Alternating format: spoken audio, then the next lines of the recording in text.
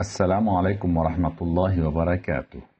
C'est la dernière vidéo de la partie 1 du chapitre 10, courant alternatif sinusoïdal. À la fin de cette vidéo, l'élève sera capable de 1. Expliquer le phénomène de charge et de décharge d'un condensateur soumis à une tension constante ou à un signal carré. 2. Déterminer les expressions de l'énergie électrique emmagasinée dans le condensateur dans un circuit RC en série. Tout d'abord, on rappelle que 1. L'équation différentielle qui régit la variation de la tension UC au borne du condensateur durant la décharge est UC sur RC plus DUC sur DT égale à 0. 2. La solution de l'équation différentielle est UC égale E fois E moins T sur taux. 3. À T égale à taux, la charge du condensateur est 37% de la charge maximale QM. 4. À T égale à 5 taux, la charge du condensateur atteint 0,7% de la charge maximale QM. Pratiquement, le condensateur se décharge totalement. Charge et décharge d'un condensateur soumis à un signal carré. Regardez la vidéo suivante qui explique la charge et la décharge d'un condensateur soumis à un signal carré. On considère le circuit suivant formé d'un condensateur de capacité C et deux conducteurs ohmiques de résistance R1 et R2 associés en série avec un générateur à basse fréquence GBF délivrant un signal carré. On branche les deux voies de l'oscilloscope, l'une aux bornes du générateur et l'autre aux bornes du condensateur telles que la voie 1 est reliée aux bornes du générateur et la voie 2 est reliée aux bornes du condensateur. L'oscillogramme jaune représente la tension aux bornes du générateur alors que l'oscillogramme bleu représente la tension aux bornes du condensateur pendant la phase de charge et la phase de décharge. On voit, lorsque la tension aux bornes du générateur passe de 0 à E, la tension UC aux bornes du condensateur augmente initialement rapidement, puis elle augmente lentement pour atteindre sa valeur maximale où le régime permanent est établi.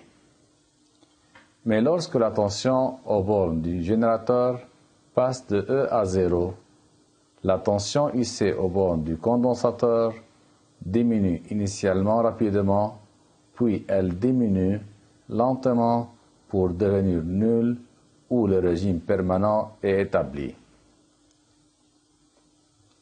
Maintenant, on déconnecte l'oscilloscope des bornes du condensateur et on le branche aux bornes du conducteur ohmique pour visualiser la variation de l'intensité du courant électrique. On voit que pendant la charge du condensateur, l'intensité du courant électrique commence de sa valeur maximale, puis elle diminue progressivement pour devenir nulle en régime permanent.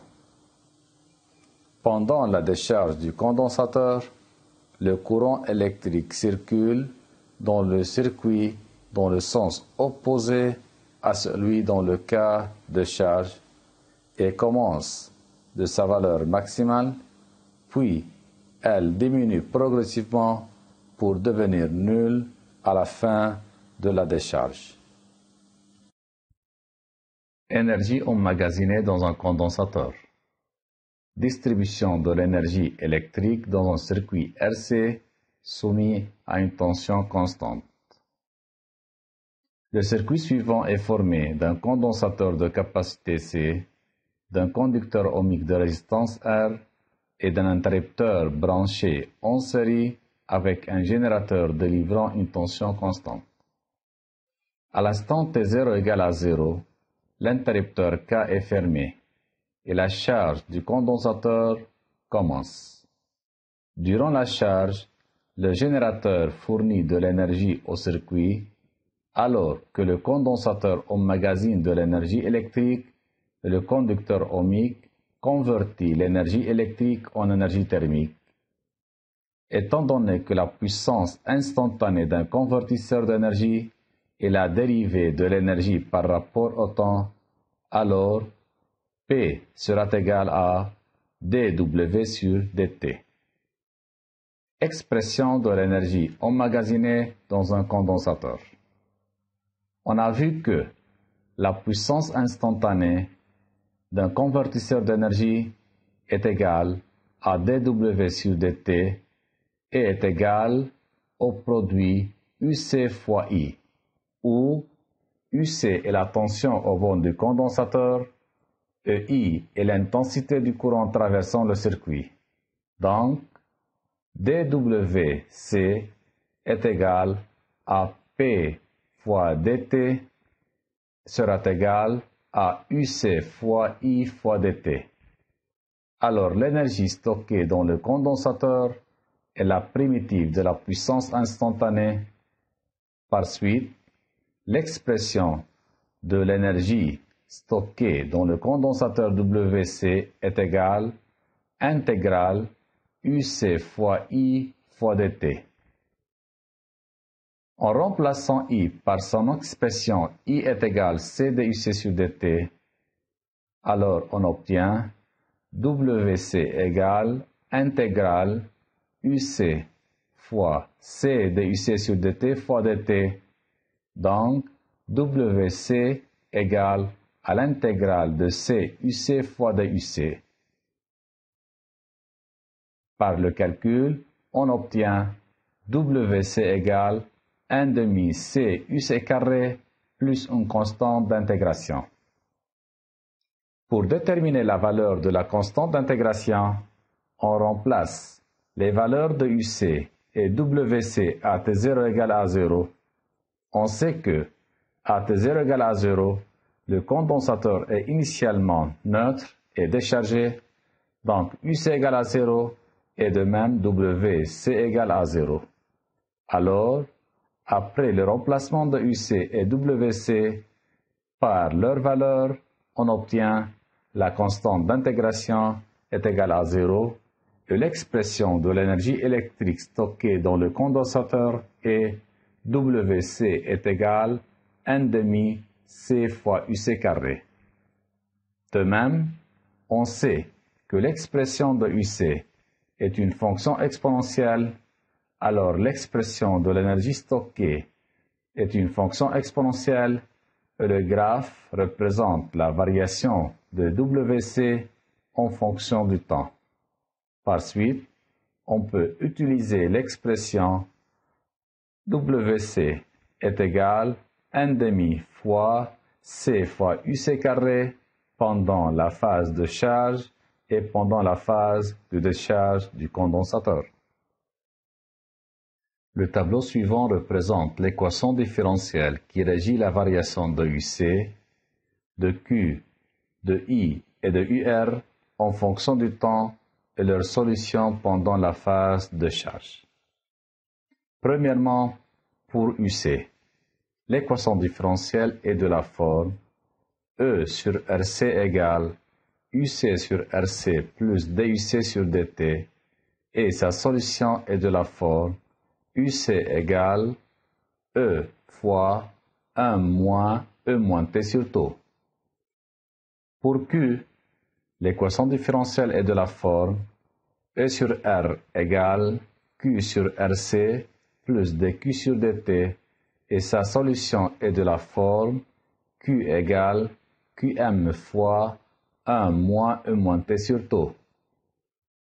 Pour UR, l'équation différentielle est de la forme 0 égale UR sur RC plus DUR sur dt et sa solution est de la forme UR est égal E fois E moins T sur taux. Enfin, pour I, l'équation différentielle est de la forme 0 égale 1 sur RCI plus DI sur dt et sa solution est de la forme I égale IM fois E moins T sur taux.